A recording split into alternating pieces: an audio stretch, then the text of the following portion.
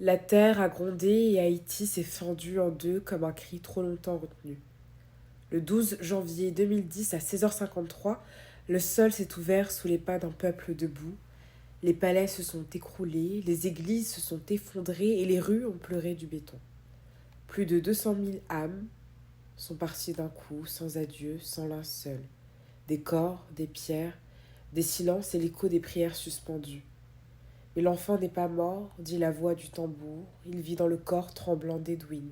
Ce garçon, au regard lucide, qui n'a pas de souvenir, seulement la mémoire des autres. Un survivant, oui, mais à distance, comme si la douleur s'était glissée en lui par capillarité.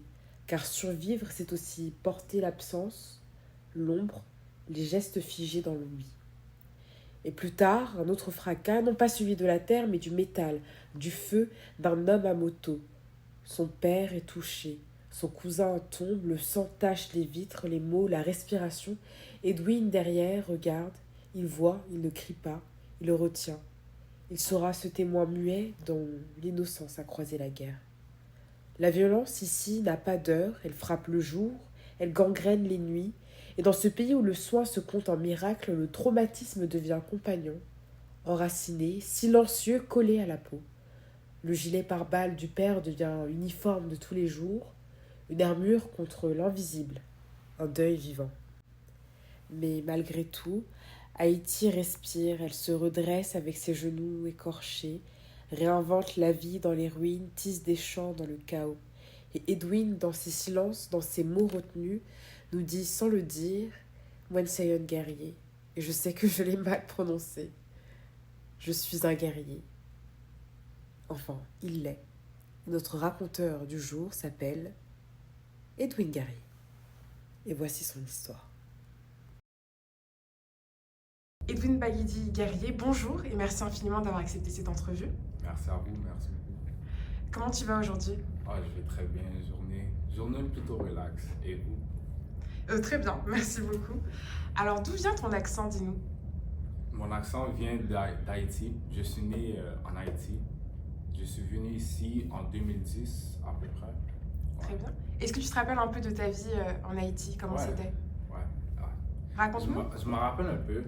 J'ai beaucoup de bons souvenirs et très peu de souvenirs. Les mauvais souvenirs, c'est, c'est des, je sais pas comment dire, mais c'est des bons souvenirs aussi. Est-ce que tu as Et des anecdotes, des histoires à nous raconter d'Haïti? oui, effectivement, j'en ai. Haïti est une très belle île, malgré tous les mauvaises situations en ce moment. C'est vraiment, genre, c'est vraiment beau. Je sais pas comment expliquer. Comme, j'ai plutôt vu la bonne partie de Haïti que la mauvaise partie. Et oui, Et qui était le petit Edwin? Comment tu étais? j'étais plutôt, on va dire, calme. J'étais plutôt calme. Dépendant avec qui j'étais souriant, j'étais heureux. Puis ouais, c'est ça. Quel était ton contexte familial? Mon contexte familial. Est-ce que tu as vécu avec tes parents, une Ah grande oui, famille, frères et sœurs? j'ai vécu, dans le fond, en Haïti, j'ai vécu avec mon père et ma cousine et mon frère. Et ouais, c'est tout. Quel modèle parentaux, quel modèle parental tu as eu enfant? Euh, Qu'est-ce que tu veux dire par là? Euh, Est-ce que tu as vécu dans une famille aimante ou plus avec de la distance, de la pudeur? Non, notre famille est très rapprochée. Dans le fond, mon père, mon père fait en sorte que tout le monde reste ensemble, mais malgré les différences, malgré, ouais, c'est ça. Donc ta mère, elle habitait où? Tu vivais pas avec elle? Ma mère, non, elle habitait à Jacmel quand j'étais jeune, si je me rappelle bien. C'est en Haïti aussi? Oui, puis oui, c'est ça. Est-ce que tu te rappelles d'un grand drame dans ta vie? Quelque chose qui Un, t'a marqué? un grand drame, oui, effectivement. J'ai plusieurs drames dans ma tête. Euh, je vais commencer avec le premier, celui qui m'a fait venir ici. Dans le fond, j'ai vécu le tremblement de terre de 2010 d'Haïti. Les images sont encore vagues dans ma tête, mais je me rappelle un peu quand même. Je crois j'étais dans la piscine et il y a une énorme roche, si on peut dire, mais c'était la maison. La maison est tombée dans l'autre piscine. On avait deux piscines, une petite et une grosse. Puis je m'en souviens avoir vu une pierre tomber une grosse pierre tomber dans la piscine. Puis j'étais dans la petite piscine et l'eau bougeait comme ça. Là, je me demandais qu'est-ce qui se passait. Moi, j'avais 4 ans, so je sais pas qu'est-ce qui se passe. Et là, mon parrain, je m'en rappelle très bien, il a crié mon nom, puis il m'a pris de la piscine, puis j'étais dans ses bras. Et dans le fond, pour monter en haut, vu qu'on était vers le bas, il fallait prendre des marches. Puis on a été pour prendre les marches et doucement la maison s'écrasait sur nous. J'ai eu des égratignures quand j'étais jeune. C'est encore vague. Et grâce à Dieu, on a survécu le tremblement de terre. Mon père, je crois qu'il était au travail.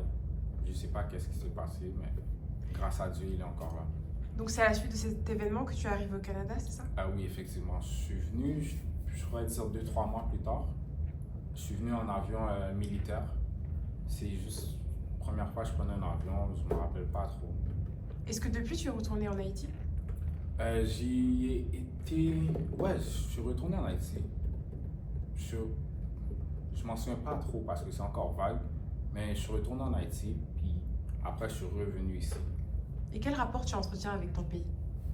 Avec cette île? Cette île, je ne peux juste pas l'oublier. J'ai trop de bons souvenirs pour pas y retourner ou pas faire quelque chose éventuellement, même si en ce moment je peux pas faire grand, mais éventuellement, quand je serai plus vieux, c'est sûr à 100% que je fasse quelque chose pour Haïti. C'est sûr. Et quelle chose pour Haïti? Premièrement, j'aimerais peut-être ouvrir des écoles en Haïti, des orphelinats. J'aimerais donate money ouais. C'est juste ça que j'ai en tête en ce moment. À quel point ce traumatisme du séisme a affecté ton existence par la suite? Je dirais que désolé, j'étais plutôt proche de mon père, d'après mes souvenirs. Et quand tu voyages et tu vas dans une nouvelle famille, je me sentais trop gêné un peu. J'étais tout le temps silencieux, relax, puis ouais, je parlais pas trop. Comment s'est passée ton immigration ici au Canada? Oh, ça s'est plutôt bien passé. D'après mes souvenirs, ouais. J'ai jamais eu trop de problèmes de racisme. C'est sûr qu'il y a eu quelques petites anecdotes, mais pas vraiment.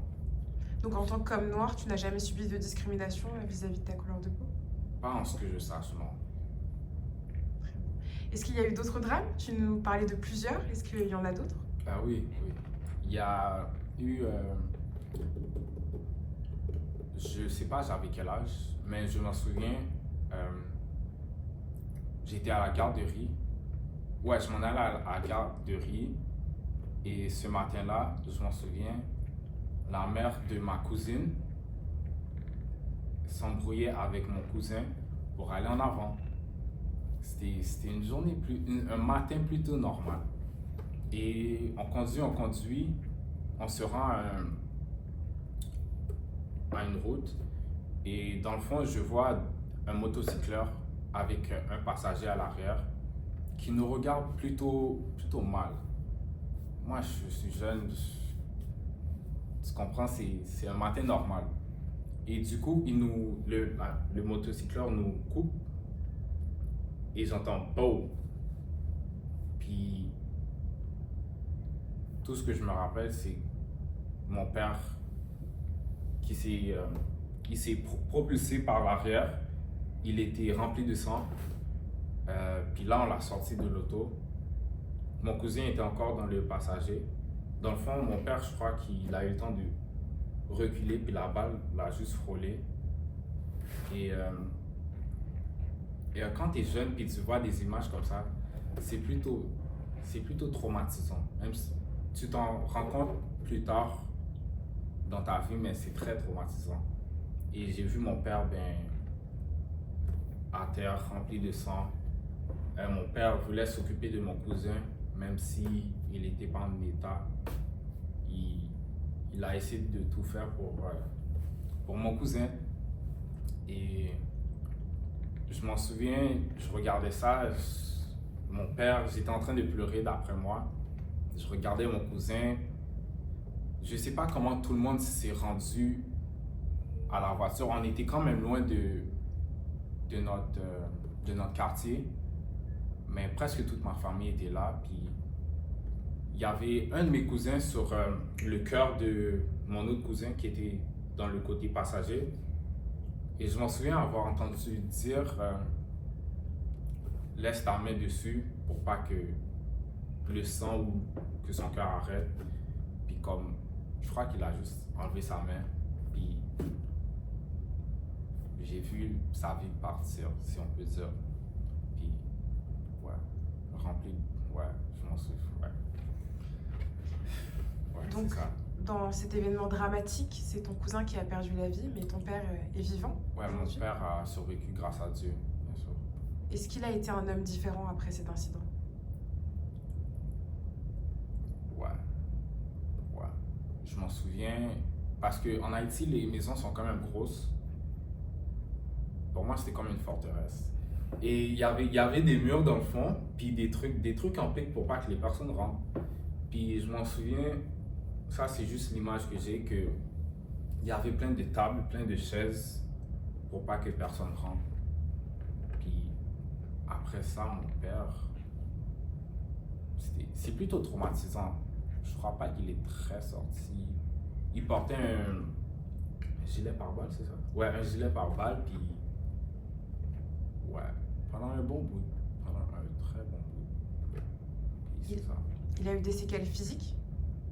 Oui, ben il y a juste une cicatrice sur le bras, puis sur le chest, en haut du chest. Et aujourd'hui, le gilet pare-balles, il continue de le porter ou... Au Canada, non, mais en Haïti, j'ai aucune idée. Peut-être. Peut-être que pas. Et toi, comment tu t'es construit? Parce que tu as presque vu ton père mourir, j'imagine que c'est des images qui ne partent jamais. Ouais, c'est vrai que ça part jamais, malheureusement. Comment je me suis construit? Bon. Est-ce que tu peux élaborer sur cette question? Est-ce que tu es devenu plus sensible après ou plus insensible? Est-ce que tu avais de la crainte quand tu sortais? Est-ce que tu avais envie de quitter le pays? Parce que ces événements sont intervenus avant le séisme, j'imagine. D'après moi, oui. D'après moi, oui.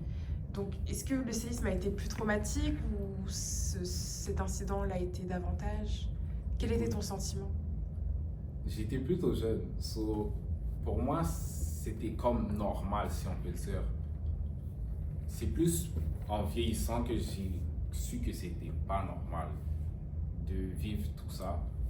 Mais heureusement, ma soeur a tout fait pour que moi et mon frère, on sorte de cet environnement. Et je vais toujours être reconnaissant de ma soeur, de mon autre frère qui vit ici, et le mari, dans le fond, toute ma famille. Honnêtement, toute ma famille, parce que sans eux, je ne serais pas ici. Et je viens de loin. Ils me le disent toujours, souviens-toi de où tu viens. Et voilà. Et c'est comme ça que je me suis construit. Je me suis beaucoup construit avec la famille, vu qu'on est une famille toute proche, toute rapprochée. Donc, ouais. Est-ce que ces coups de feu étaient un règlement de compte ou c'était totalement arbitraire? J'étais jeune. Je sais vraiment pas pourquoi ça s'est passé. Et j'ai pas cherché à chercher plus loin non plus. Donc, Qui es-tu aujourd'hui, Edwin? Qu'est-ce que tu fais dans la vie? Qu'est-ce qui t'anime? Qu'est-ce que tu aimes? De quoi tu rêves? qui je suis aujourd'hui? Aujourd'hui, ben, je suis Edwin, reconnu par Flashy. Qu'est-ce qui m'anime? Pour le moment, c'est plutôt la mode. Bien m'habiller, j'adore ça. C'est un kiff. J'aime ça me sentir bien, marcher dans la rue, puis avoir les yeux sur moi, ça, je sais pas, c'est quelque chose, c'est un bon sentiment. Et durant mon adolescence, j'aimais beaucoup le basket. Le basket, c'était ma vie et mes cheveux que j'ai dû couper pour juste pour laisser partir. Des fois, t'aimes tellement quelque chose que tu dois laisser partir pour ouvrir de nouvelles portes. Puis, ouais, c'était quelque chose de gros, couper mes cheveux, parce que mes cheveux, pour moi, c'était ma vie. C'était ma vie. Et quand je les ai coupés, ben, ça a un peu ouvert mes yeux. Puis comme, j'ai su que, parce qu'une porte se ferme, ne veut pas dire qu'une autre s'ouvrira pas. Et j'ai plutôt été avec cette phrase, puis Donc tu aimes la mode, tu aimes qu'on te regarde. Est-ce que tu as un besoin d'existence au travers le regard des autres? un besoin d'existence, qu'est-ce que tu veux dire par besoin d'existence? À quel point c'est important que les gens te regardent ou t'apprécient? Bon, je vis pas pour que les gens m'apprécient ou pour que les... Parce que je sais que c'est pas tout le monde qui m'apprécie, même si, malheureusement, bon. Mais écoute, j'aime ça m'habiller bien, puis quand tu t'habilles bien, puis t'es différent des autres, les yeux vont toujours être... Ben, pas toujours, mais la plupart du temps, vont être sur toi. Et Est-ce que le basket est toujours un rêve à l'heure actuelle? le basket, on pourrait dire un passe-temps. Le basket est un rêve. J'y joue encore, mais pour le moment, le basket, c'est pas trop ma préoccupation, même si j'adorais ça. J'adore encore le basket. De quoi tu rêves pour le futur? Pour le futur, on a beaucoup de rêves, on a beaucoup de rêves. Pour le futur, j'aimerais avoir une grande famille, comme mon père. Ben, comme mon père, oui. Et j'aimerais qu'Haïti se développe et reste, mais pas reste, mais que le peuple haïtien change pour du bon, pour la nouveauté aussi. Et oui, c'est pas mal ça. D'où viennent tes envies de paternité, de construire une famille? Je dirais ça vient de mon père.